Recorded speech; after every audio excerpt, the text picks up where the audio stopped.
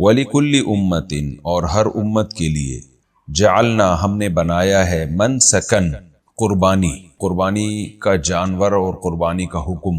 Minsk اصل میں ہر حکم کو کہتے ہیں، نسک کہتے ہیں یعنی حکم کو، اور مناسک اس کی جمع آتی ہے۔ جیسے حدیث میں آتا ہے نا خذوا عنی مناسککم، اپنے جو حج کے احکام ہیں وہ مجھ سے سیکھو۔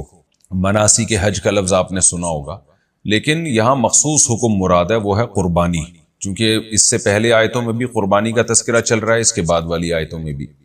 وَلِكُلِّ أُمَّةٍ جَعَلْنَا مَنْسَكًا، ہر امت کے لیے ہم نے قربانی کا ایک حکم بنایا ہے، یعنی قربانی کے جانور کو متعین کیا ہے تاکہ اس پہ قربانی کریں۔ آگے اس کی حکمت کیا ہے؟ لِيَذْكُرُوا اسْمَ اللَّهِ، تاکہ لوگ اللہ کا نام لیں، عَلَىٰ مَا رَزَقَهُمْ، ان جانوروں پر جو اللہ نے ان کو دیے ہیں، مِن بہیمۃ الانعام، یعنی وہ جانور جو چوپائے ہیں۔ بہیمۃ الانعام کا پہلے میں اس کی ڈیٹیل میں بیان کر چکا ہوں۔ بہائم یعنی جانوروں کو کہا جاتا ہے، انعام چوپایوں کو۔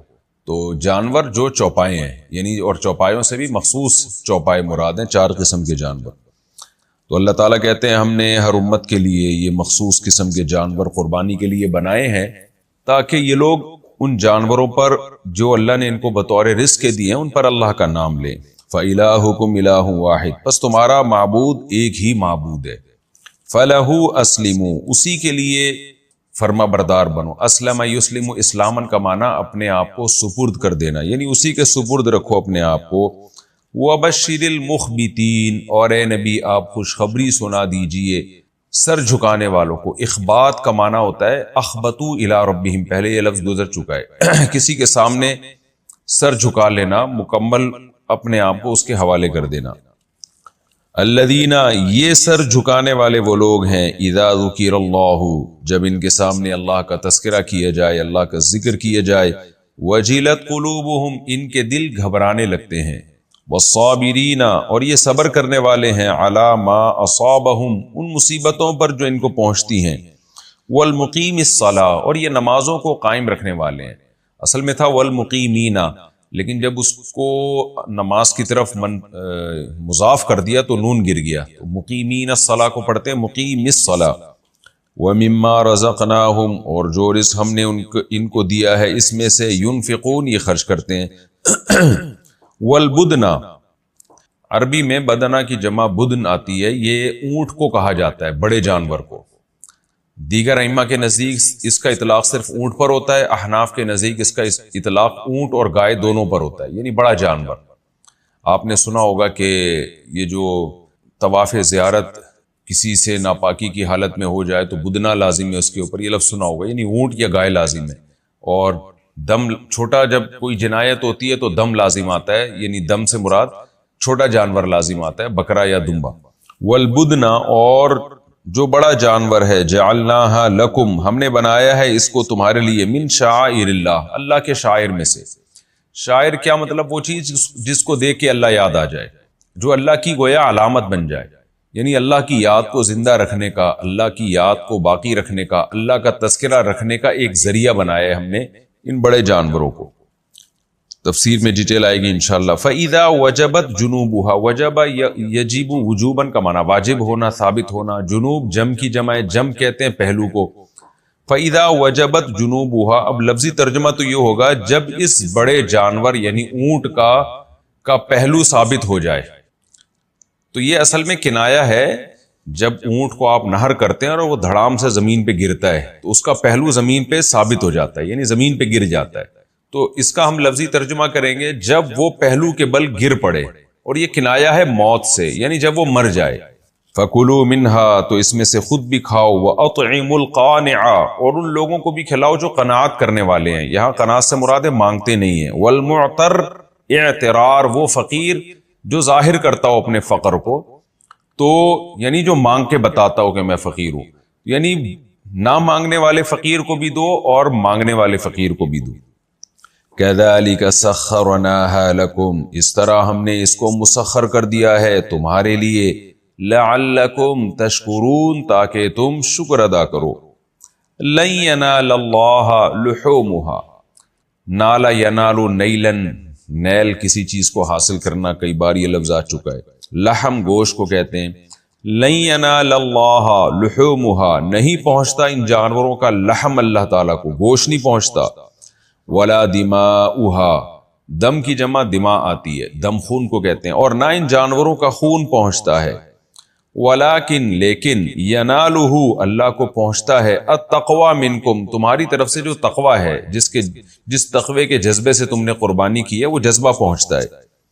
کذالک سخرھا، اس طرح سے اللہ نے ان جانوروں کو مسخر کر دیا، لکم تمہارے لیے، لیتکبروا اللہ، تاکہ تم اللہ کی بڑائی بیان کرو، علی ما ہداکم، اس راستے پر جو اللہ نے تم کو سکھایا، یعنی اس ہدایت پر جو اللہ نے تم کو دی ہے. اللہ نے جو تم کو توفیق دی ہے اس توفیق پر تم اللہ کی کبریائی بیان کرو. وبشر المحسنین، اور اے نبی آپ خوشخبری سنا دیجئے اچھا عمل کرنے والوں کو. اچھے عمل میں اخلاص بھی داخل ہے، اس لیے بعض لوگوں نے کہا اخلاص کے ساتھ عمل کرنے والوں کو. ان اللہ، بے شک اللہ تعالیٰ، یدافع، دفاع کرے گا، عن الذین آمنوا، ایمان والوں کی طرف سے، یعنی مشرکین کے شر کو، ان کی آزمائشوں کو دور کرے گا. دفاع دفاع عن فلان کا مطلب ہوتا ہے فلاں کی طرف سے دفاع کرنا. دفاع سے نکلا، دفاع کہتے ہیں دور کرنا، اردو میں بھی کہتے ہیں نا دفاع ہو جاؤ یہاں سے، تو کسی بھی چیز کو دور کرنا. تو اللہ تعالیٰ مشرکین کے شر کو ایمان والوں کی طرف سے دور کرے گا. ان اللہ، بے شک اللہ تعالیٰ، لا یحب، پسند نہیں کرتے، کل خوان، ہر خیانت کرنے والے، کفور، اور ناشکرے. یہ مختصر رکوع تھا، اس کا مختصر لفظی ترجمہ ہو گیا. ہم اس کی تفسیر کی طرف آتے ہیں. آپ کو پتہ ہے حج کے حکام بیان ہو رہے تھے. پچھلے رکوع میں اللہ تعالیٰ نے قربانی کا تذکرہ کیا کہ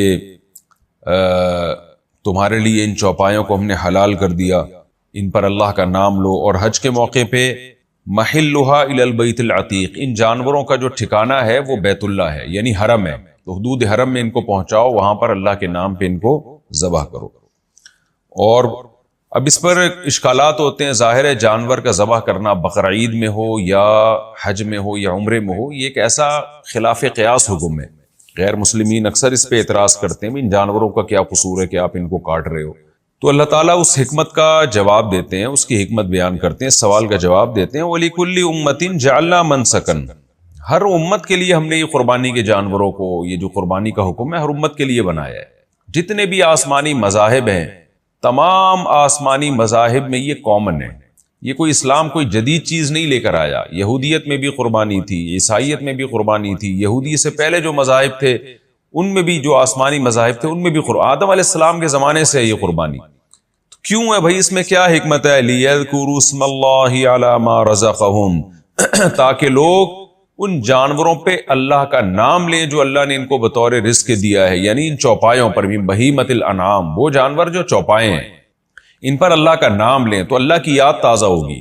دیکھیے یعنی قرآن نے تو ایک اجمالی بات کی ہے نا، اس کا حاصل یہ ہے کہ یہ جو جانور ہیں یہ بنائے کس نے؟ اللہ نے بنائے. یہ جو ملحد لوگ ہیں نا، جو خدا کو مانتے ہی نہیں ہیں، یہ اکثر اسلام پہ اعتراض کرتے ہیں کہ ان معصوم جانوروں کو کیوں کاٹا جا رہا ہے. حالانکہ سوال ان سے بنتا ہے، سوال یہ بنتا ہے کہ جتنا آپ کو دنیا میں زندہ رہنے کا حق ہے عقلی لحاظ سے دیکھا جائے تو جانوروں کو بھی اتنا ہی حق ہے دنیا میں زندہ رہنے کا. تو سوال آپ سے ہے کہ آپ گوشت کھانے کے لیے بھی جانور کو کیوں کاٹتے ہیں؟ نہیں، آپ کے لیے تو جانور کاٹنا لیگل ہونا ہی نہیں چاہیے نا، اس کو بھی اتنا زندہ رہنے کا حق ہے جتنا آپ کو ہے. اگر آپ یہ کہتے ہیں کہ جنگل میں بڑے جانور چھوٹے جانور کو کھا جاتے ہیں تو ہم بھی کھا جائیں گے، تو بھائی جانوروں میں تو اللہ نے عقل نہیں دی ہے نا، اس لیے وہ ظلم کرتے ہیں. انسان کے پاس تو کھانے کے 20 طریقے ہیں.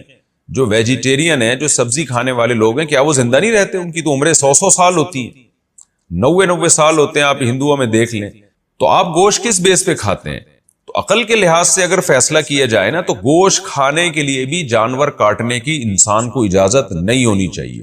کہ بھئی آپ اپنی بہت زیادہ آپ عقل کو استعمال کریں تو اس کی گنجائش ہونی چاہیے کہ کوئی انسان بھوک سے مر رہا ہو تو وہ اپنی جان بچانے کے لیے جانور کو مار دے.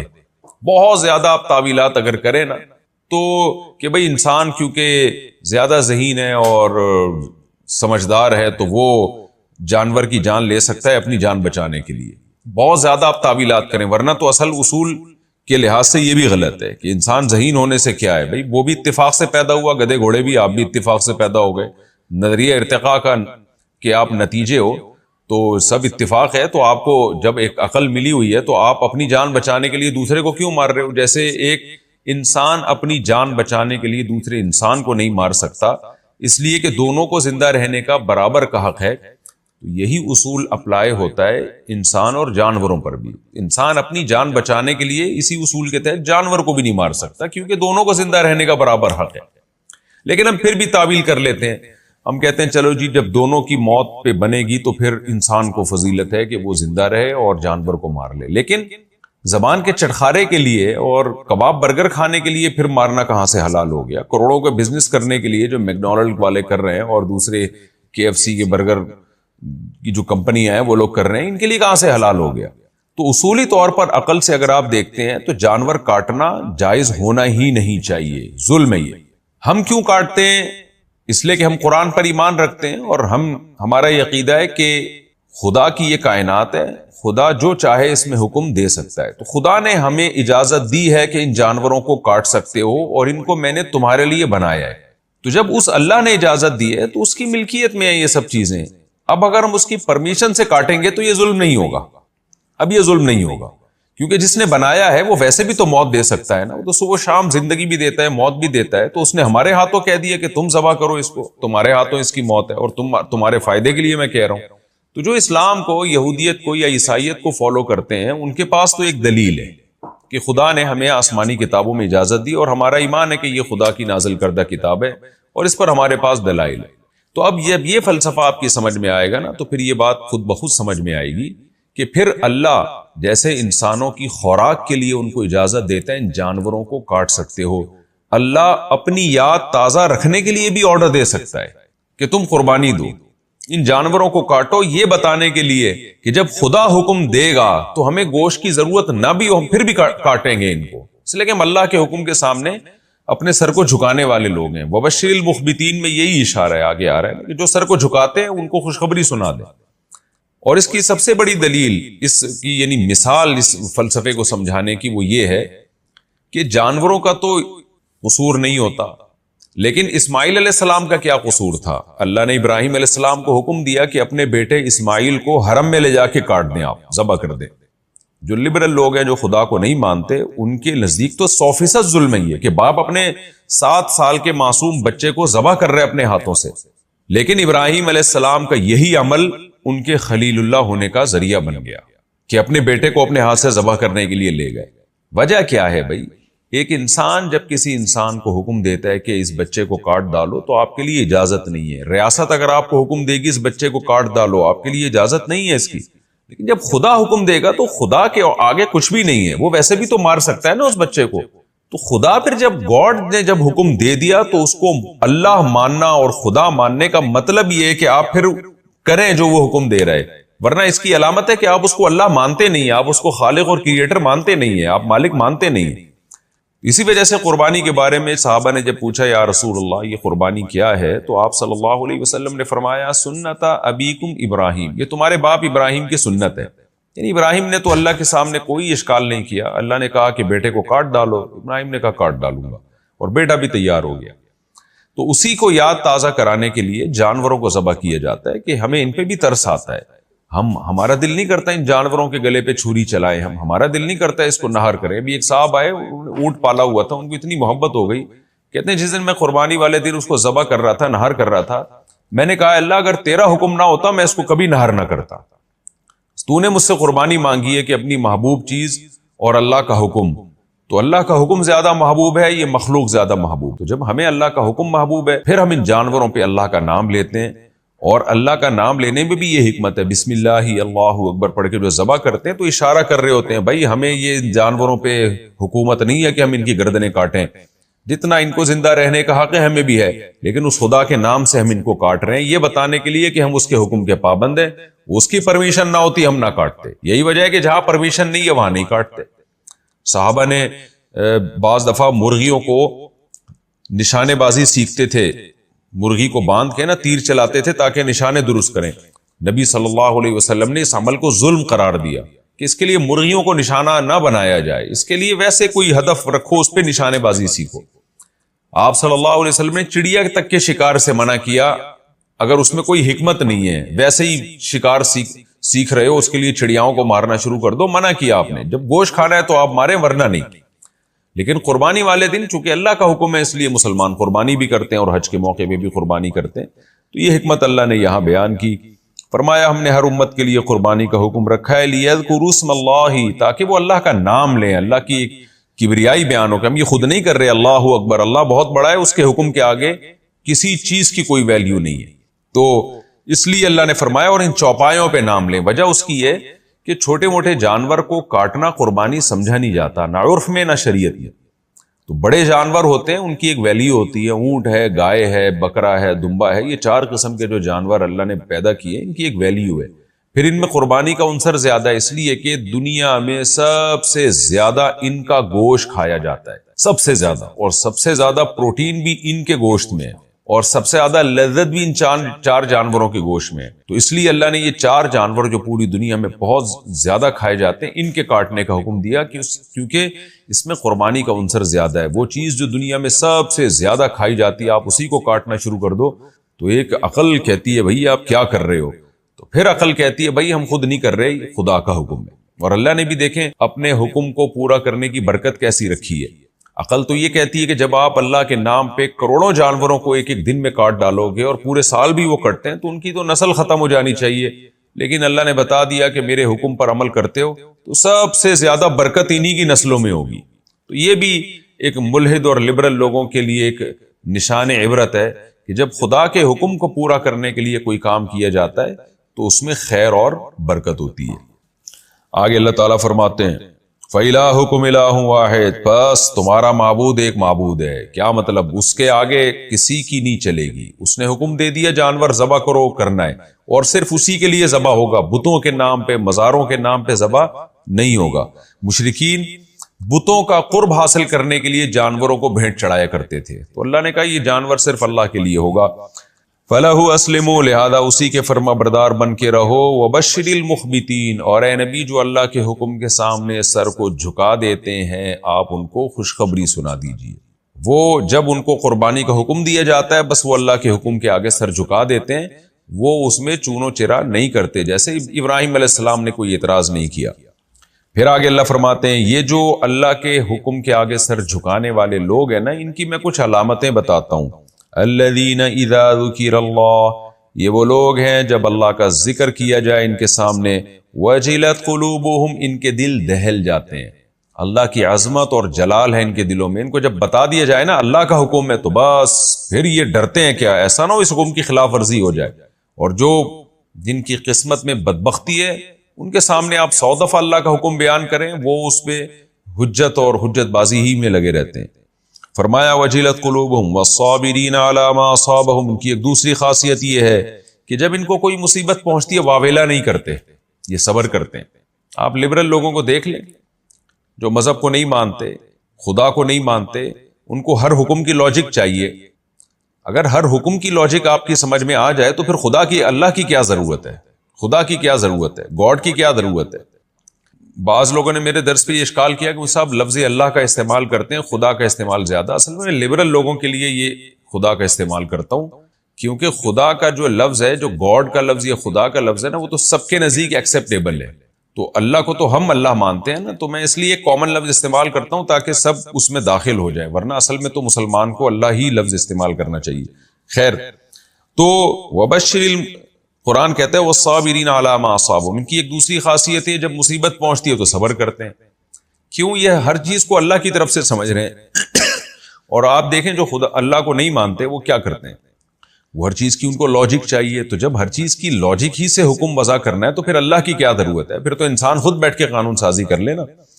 فرمایا والمقیم الصلاۃ، اور یہ نمازوں کو قائم کرتے ہیں، ومما رزقناہم ينفقون، اور چوتھی علامت ان کی یہ ہے کہ جو رزق ہم نے ان کو دیا ہے اس میں اللہ کی راہ میں خرچ کرتے رہتے ہیں، ان کی عادت ہے خرچ کرنے کی۔ جو مذہب کو نہیں مانتے ان کے اندر 4 چیزیں، 4 خرابیاں پائی جاتی ہیں۔ جب ان کے سامنے اللہ کا ذکر کیا جائے ان پہ کوئی فرق نہیں پڑتا، نمبر 2 مصیبتوں میں صبر نہیں کرتے، ڈپریشن میں، اسٹریس میں، خودکشیوں کی طرف جاتے ہیں. دیکھ لو غیر مسلموں میں خودکشیوں کا ریشو کتنا زیادہ ہے. نمبر 3 نمازوں کو قائم نہیں کرتے. نمبر 4 جو رزق ہم نے دیا اس میں سے خرچ نہیں کرتے. اور یہ حقیقت ہے، آپ کو دنیا میں جو مذہب کو فالو کرنے والے لوگ ہیں ان میں سخاوت کا عنصر ان لوگوں سے کئی گنا زیادہ نظر آئے گا جو مذہب کو فالو نہیں کرتے. آگے اللہ فرماتے ہیں وَالْبُدْنَ جَعَلْنَاهَا لَكُم مِّن شَعَائِرِ اللَّهِ. یہ 4 جانور جو قربانی کے ہیں، اونٹ، گائے، بکرا اور دمبا، ان میں سے اللہ نے اونٹ کا الگ سے تذکرہ کیا یہاں پہ، کیونکہ اونٹ کی فضیلت بھی زیادہ ہے. اور ان جانوروں میں چونکہ اونٹ سب سے بڑا جانور ہے، سب سے مہنگا جانور ہے، اور جب اس کو اللہ کے نام پہ نہر کیا جاتا ہے تو وہ اس کے گرنے کا بھی ایک خاص انداز ہوتا ہے. تو اس لیے اللہ نے اس جانور کو زیادہ اہتمام سے اونٹ کا تذکرہ کیا. میں نے بتایا نا چھوٹے جانور آپ مرغی ذبح کریں وہ قربانی نہیں ہوتی، یہ چھوٹا جانور ہے نا، اس میں شاعر اللہ کا اظہار نہیں ہے، ایک دین کی عظمت کا اظہار نہیں ہے. دین کی عظمت کا اظہار اس جانور میں ہوگا جس کا ایک حجم ہو، جس کی ایک قیمت ہو، ایک ویلیو ہو. تو وہ دمبے سے شروع ہوتی ہے، دمبا، بکرا، پھر گائے، اور پھر سب سے بڑا جانور اونٹ ہے. اس لیے اللہ نے یہاں اونٹ کا تذکرہ کیا. مقصد صرف اونٹ نہیں ہے، مقصد تمام جانور ہے، لیکن اونٹ کا تذکرہ اس لیے کیا. ضمن میں گائے بھی اونٹ کے ضمن میں آتی ہے، لیکن اسپیشل اونٹ کو ہائی لائٹ کیا جا رہا ہے کیونکہ اس میں شاعر اللہ کا عنصر سب سے زیادہ ہے. اسی آیت سے بعض علماء نے استدلال کیا ہے کہ بقرعید کی قربانی میں اور حج کے موقع پہ بھی قربانی کرنا چاہے تو اونٹ کی فضیلت سب سے زیادہ ہے.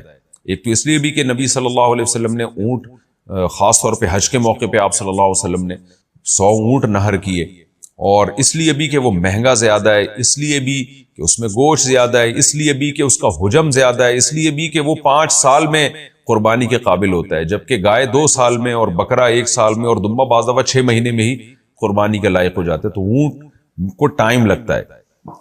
فرمایا والبدنا، اور جو اونٹ ہے، جعلناها لکم من شعائر اللہ، ہم نے اس کو تمہارے لیے اللہ کے شاعر میں سے بنایا. یعنی یہ بھی ایک ایسا جانور ہے جس کو دیکھ کے، جس کی قربانی کو دیکھ کے اللہ کی یاد تازہ ہوتی ہے. شاعر اللہ کا مطلب یہاں یہ کہ اس کی قربانی شاعر اللہ میں سے ہے کہ اتنے بڑے بڑے جانور جو ہمارے لیے مسخر کیے، ہم ان کو اللہ کے نام پہ جب کاٹتے ہیں تو یہ اللہ کی یاد تازہ ہوتی ہے اس سے، کیونکہ اللہ کے حکم پہ آپ اتنے مال کو ہلاک کر رہے ہو. اللہ کا نام اس سے زندہ رہتا ہے. لکم فیہا خیر، اس میں تمہارے لیے خیر ہے. تو ان جانوروں میں ہمارے لیے خیر ہے، یقیناً دنیاوی خیر بھی، اخروی خیر بھی. آخرت کی خیر کیا ہے؟ ان کو ہم ذبح کر کے اللہ کا قرب حاصل کرتے ہیں، ہر بال کے بدلے میں نیکی. اور دنیا کی خیر کیا ہے؟ اس سے ہمیں گوشت کھانے کو ملتا ہے، غریبوں کو گوشت کھانے کو ملتا ہے. اس سے جو دیہات کے زمیندار لوگ ہیں ان کی تجارت ترقی کرتی ہے. کتنے لوگ ہیں جو قربانی کے جانور پالتے ہیں، پورے سال پھر ان کو بیچ کے نا پورے سال ان کی گھر بیٹھے آمدن آتی ہے. اس میں تجارت بہت ہے، غریب آدمی کا بزنس ہے اس میں. تو اللہ فرماتے ہیں 20 قسم کی مسلم قوم کو اس سے ہم خیریں عطا کرتے ہیں جس سے غیر مسلم محروم ہے. فَاذْكُرُوا اسْمَ اللَّهِ عَلَيْهَا، پس اللہ کا نام لو اس بدنا پہ. صواف، صافاتن کی جمع ہے. صف کہتے ہیں صف بستہ بنا کے کھڑے ہونا، تو یہاں مراد ہے کھڑے ہونا، یعنی اس حال میں ان پر تم اللہ کا نام لو کہ یہ کھڑے ہوئے ہو. تو اونٹ کو چونکہ افضل یہی ہے کہ اس حال میں نہر کیا جائے کہ وہ کھڑا ہوا ہو، یہ افضل طریقہ ہے. تو اس لیے اللہ نے فرمایا کہ اس حال میں اس پر اللہ کا نام لو کہ یہ کھڑا ہوا ہو، یعنی اس میں شاعر اللہ زیادہ ہے. تبھی علماء کا اجماع ہے کہ اونٹ کو نہر کرنا افضل ہے. کھڑے کھڑے آپ اس کو ذبح کریں گے تو اس میں شاعر اللہ کا اظہار زیادہ ہے، اللہ کے نام پہ اس کو نہر کیا جاتا ہے، وہ دھڑام سے گرتا ہے زمین کی طرف. تو اس میں ہر لحاظ سے افضل اس لیے کہ نمبر 1 ذبح کرنے والے کے لیے آسانی. ورنہ آپ گائے کو دیکھیں نا، چاروں ٹانگیں باندھی جاتی ہیں، اس کو گرایا جاتا ہے، ٹائم لگتا ہے. اس میں جانور کو بھی زیادہ تکلیف، انسانوں کو بھی تکلیف. جبکہ اونٹ کو آپ سنت عمل یہ ہے کہ ایک ٹانگ اس کی باندھی جائے، اگلی والی دونوں میں سے دائیں یا بائیں میں سے ایک باندھی جائے تاکہ وہ زیادہ دور بھاگ نہ سکے. تو آپ اس کو کھڑے کھڑے نہر کریں گے، اس میں نہر کرنے والے کے لیے آسانی ہے. جانور کو بھی کم سے کم تکلیف ہے، کیونکہ جب اس کے یہاں نرم جگہ پہ چھرا مارا جاتا ہے نا تو ایک دم بلڈ پورا جو ہے وہ طاقت اور قوت کے ساتھ اس کا نکلتا ہے. تو جتنی جلدی جسم سے خون نکلے گا اتنی جلدی جانور کو تکلیف کا احساس کم سے کم ہوگا، کیونکہ خون جسم میں ہے تو احساسات ہیں، جیسے ہی خون نکل گیا احساسات ختم ہو گئے. تو جانور کو بھی اس میں کم تکلیف ہے، اور انسان کے لیے نہر کرنا بھی آسان ہے، اور خون بھی زیادہ نکلتا ہے نہر کے نتیجے میں. تو قربانی کا جانور ذبح جو ہم نے کرنے کا حکم ہے، اس کا ایک بڑا مقصد یہ بھی ہے کہ خون اور گوشت الگ ہو جائے، یعنی گوشت جو ہے یہ خون سے بالکل پاک اور صاف ہو جائے. اس لیے نے فرمایا تم اس پر اللہ کا نام لو اس حال میں کہ یہ کھڑے ہوئے ہوں. فَإِذَا وَجَبَتْ جُنُوبُهَا، پس جب یہ پہلو کے بل گر پڑیں یعنی ان کی موت واقع ہو جائے، فَكُلُوا مِنْهَا، تو اس میں سے خود بھی کھاؤ، وَأَطْعِمُوا الْقَانِعَ، اور غریبوں کو بھی کھلاؤ. اور غریبوں کی دو قسمیں ہیں، ایک قناعت کر کے گھروں میں بیٹھتے ہیں، لوگوں کے سامنے ہاتھ نہیں پھیلاتے، اور دوسرے لوگوں کے سامنے ہاتھ پھیلاتے ہیں. تو اگر کوئی مستحق ہو تو چاہے وہ ہاتھ پھیلا رہا ہو یا نہ پھیلا رہا ہو، دونوں کو دو. لیکن اللہ نے ان کا ذکر پہلے کیا جو قناعت کرتے ہیں، جو ہاتھ نہیں پھیلاتے، ان کو بھی کھلاؤ. کذالک سخرناها لکم، اس طرح دیکھو ہم نے ان جانوروں کو مسخر کر دیا، تمہارے تابع بنا دیا. ورنہ یہ اونٹ کو کون تابع بنا سکتا تھا، بیل کو کون تابع بنا سکتا تھا، یہ تو ہم سے طاقتور ہیں. اللہ کہتے ہیں ہم نے ان کو تمہارے تابع بنا دیا. لعلکم تشکرون، تاکہ تم شکر ادا کرو. تابع بنانے میں یہ چیز بھی داخل ہے کہ ہم نے ان کو کاٹنے کی تمہیں اجازت دے دی، اب یہ تمہارے فائدے کے لیے. اگر ہم اجازت نہ دیتے تو تم نہیں کھا سکتے تھے، تمہارے لیے کسی دلیل کی بیس پہ ان کے گوشت کھانے کی اجازت نہیں ہوتی. پھر کس دلیل کی بیس پہ تم یہ نہیں کھاتے ان کو؟ آگے اللہ فرماتے ہیں لَن يَنَالَ اللَّهَ لُحُومُهَا وَلَا دِمَاؤُهَا، ان جانوروں کا گوشت اور خون اللہ کو نہیں پہنچتا. جیسے کہ ظاہر ہے اللہ کو کیا کرنا ہے گوشت اور خون لے کے، لیکن پہنچتا کیا ہے؟ وَلَٰكِن يَنَالُهُ التَّقْوَىٰ مِنْكُمْ، اللہ کو تمہاری طرف سے جو تقویٰ ہے وہ پہنچتا ہے. یہ بھی غیر مسلم کے اعتراض کا جواب ہے کہ بھئی یہ کیا اتنے سارے جانور تم کاٹ دیتے ہو. اس کی مثال دیکھیں ایسے ہے جیسے آپ نے اپنے خون پسینے کی کمائی سے ایک چھوٹا سا گفٹ تیار کیا اور بادشاہ کے پاس لے گئے. آپ بادشاہ کی نظر میں اس گفٹ کی 2 ٹکے کی ویلیو نہیں ہے، وہ کروڑ پتی ہے، اس کے پاس بہت پیسہ ہے، لیکن آپ نے سارا دن محنت کر کے نا کچھ گفٹ تیار کر کے بادشاہ کے پاس لے گئے. تو بادشاہ اگر قدردان ہوگا تو وہ آپ کے گفٹ کو سر آنکھوں سے لگائے گا، آپ کے گفٹ کا بوسہ لے گا، اس کے بعد کہے گا بھائی میری نظر میں اس گفٹ کی کوئی ویلیو نہیں ہے، تمہارے جذبے کی ویلیو ہے. میرے پاس اس سے زیادہ اللہ کا دیا بہت کچھ ہے، لیکن میں تمہارے جذبے کی قدر کر کے اس کو قبول کرتا ہوں. تو بالکل یہی انداز اللہ کا ہے.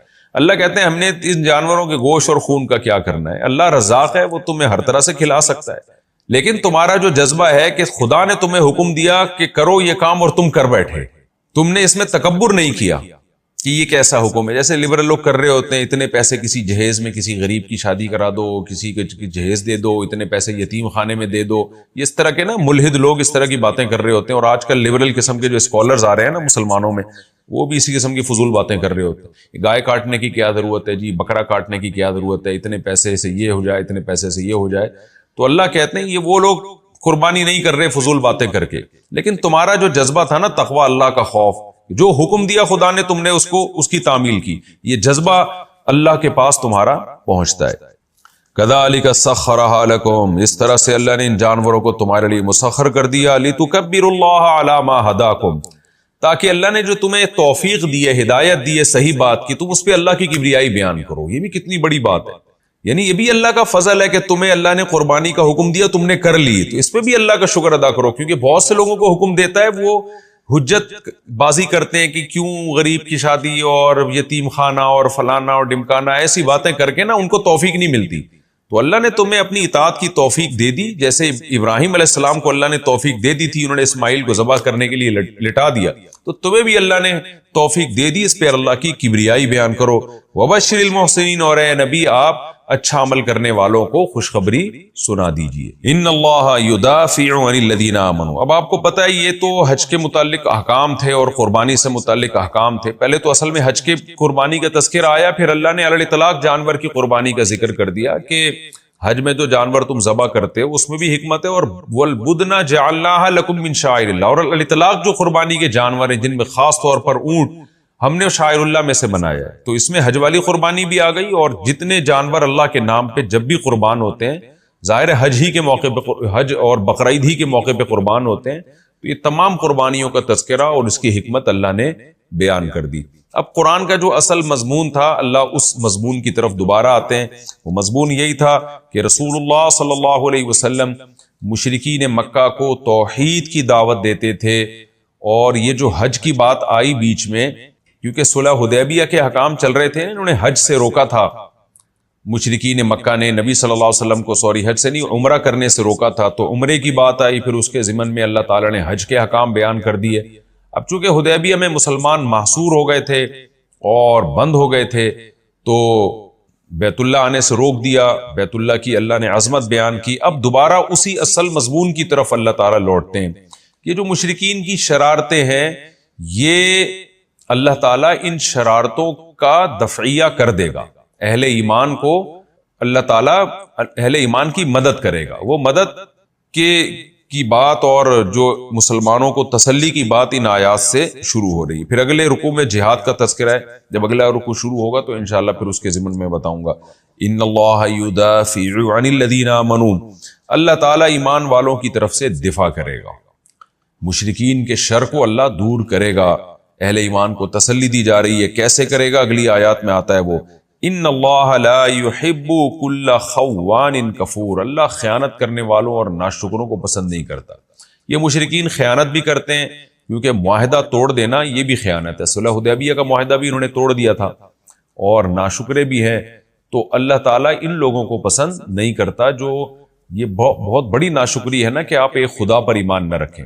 تو اللہ اہل اسلام کا ساتھ دے گا، جو کافر ناشکرہ ہے اللہ اس کا ساتھ نہیں دے گا۔ تو یہ مسلمانوں کو اللہ نے تسلی دی ہے۔ یہ ہمارا رکوع الحمدللہ کمپلیٹ ہوا۔ اب میں اگلے رکوع کی طرف چلتا ہوں۔ حسب معمول اس رکوع کا بھی مختصر لفظی ترجمہ، مختصر گرامر کے ساتھ، پھر انشاءاللہ اس کی تفسیر ہوگی۔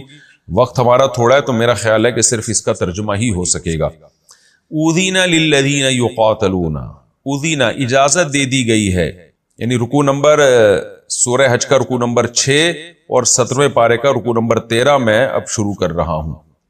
اذین للذین یقاتلون، اجازت دے دی گئی ہے۔ اذین یأذن کا معنی اجازت دینا، اذین اجازت دے دی گئی، پیسو وائس۔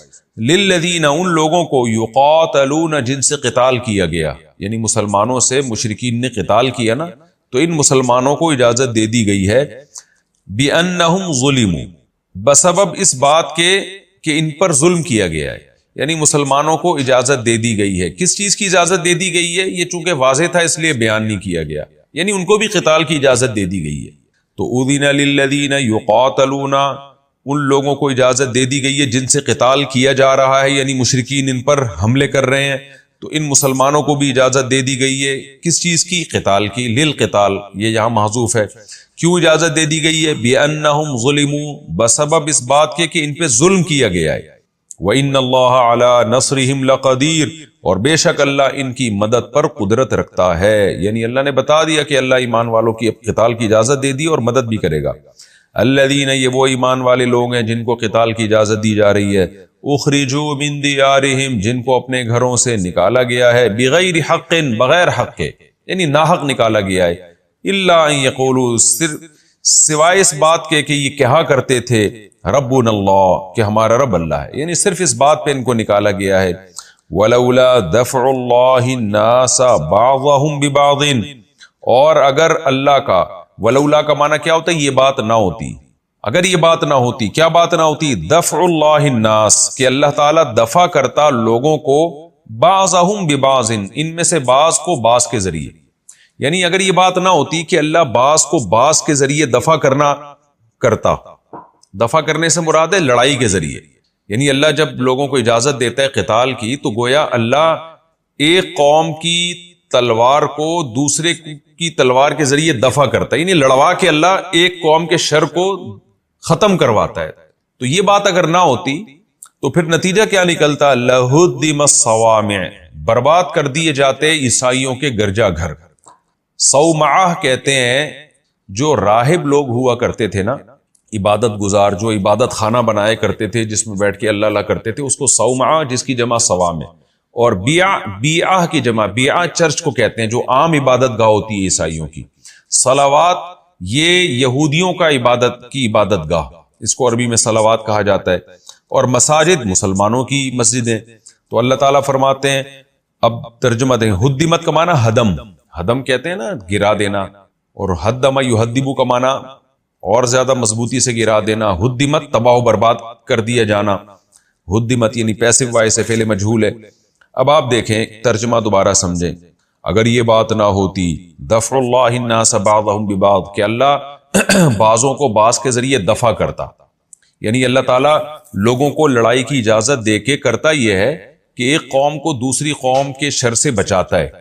تو اگر اللہ یہ بات نہ ہوتی، یعنی اللہ اس کی لوگوں کو پرمیشن ہی نہ دیتا کہ لڑو اور صرف امن ہی سے رہنے کا حکم دیتا، تو پھر نتیجہ کیا نکلتا؟ لَهُدِّمَ الصَّوَامِعُ، کہ نہ عیسائیوں کے چرچ میں نہ راہبوں کی عبادت گاہیں محفوظ رہتی، وَبِيَعٌ، اور نہ چرچ محفوظ رہتے، وہ بھی تباہ و برباد کر دیے جاتے۔ یعنی جو لبرل لوگ ہیں نا، جو مذہب کے ہمیشہ سے مخالف رہے ہیں، وہ زمین پہ اللہ کی عبادت ہونے ہی نہیں دیتے، وہ آتے اور بموں کے استعمال اور تلواروں کے استعمال سے دنیا کو تہس نہس کر دیتے۔ تو اللہ نے لڑنے کی اجازت مذہبی لوگوں کو ہمیشہ سے دی ہے تاکہ ان عبادت گاہوں کی حفاظت ہو۔ تفسیر میں اس کی مزید ڈیٹیل آئے گی، ابھی تو اتنی تفسیر ترجمہ سمجھانے کے لیے ضروری تھی، اس لیے میں نے کی۔ وہ مساجد، اور مسجدیں بھی تباہ کر دی جاتی، وہ مسجدیں یذکر فیہا اسم اللہ کثیرا، جن مسجدوں میں اللہ کا کثرت سے نام لیا جاتا ہے۔ وَلَيَنصُرَنَّ اللَّهُ، اور ضرور بالضرور اللہ مدد کرے گا، من، ان لوگوں کی، ینصرہ، جو اللہ کی مدد کریں گے، یعنی اللہ کے دین کی مدد کریں گے۔ ان اللہ لقوی عزیز، بے شک اللہ طاقتور اور غالب ہے۔ الذین ان مکناہم فی الارض، یہ وہ لوگ ہیں جن کو اللہ جب غالب کرے گا، یہ وہ لوگ ہیں ان مکناہم، مکن یمکن تمکینا کا معنی ٹھکانہ دینا، کہ اگر ہم ان کو زمین میں ٹھکانہ دے دیں، اقاموا الصلاۃ، یہ نماز قائم کریں، وآتوا الزکاۃ، یہ زکوٰۃ دیں، وامروا بالمعروف، نیکی کا حکم دیں، ونہوا عن المنکر، برائی سے روکیں، وللہ عاقبۃ الامور، اور ہر امر کا انجام اللہ کے ہاتھ میں، للہ، اللہ کے اختیار میں۔ وَإِن يُكَذِّبُوكَ، اور اگر اے نبی یہ لوگ آپ کا انکار کریں، فَقَدْ كَذَّبَتْ قَبْلَهُمْ، تو ان سے پہلے انکار کر چکی ہے، قوم نوح وعاد وثمود، قوم نوح بھی، عاد بھی اور سمود بھی، وقوم ابراہیم وقوم لوط، ابراہیم کی قوم نے بھی انکار کیا، لوط کی قوم نے بھی، واصحاب مدین، مدین والوں نے بھی، وَكُذِّبَ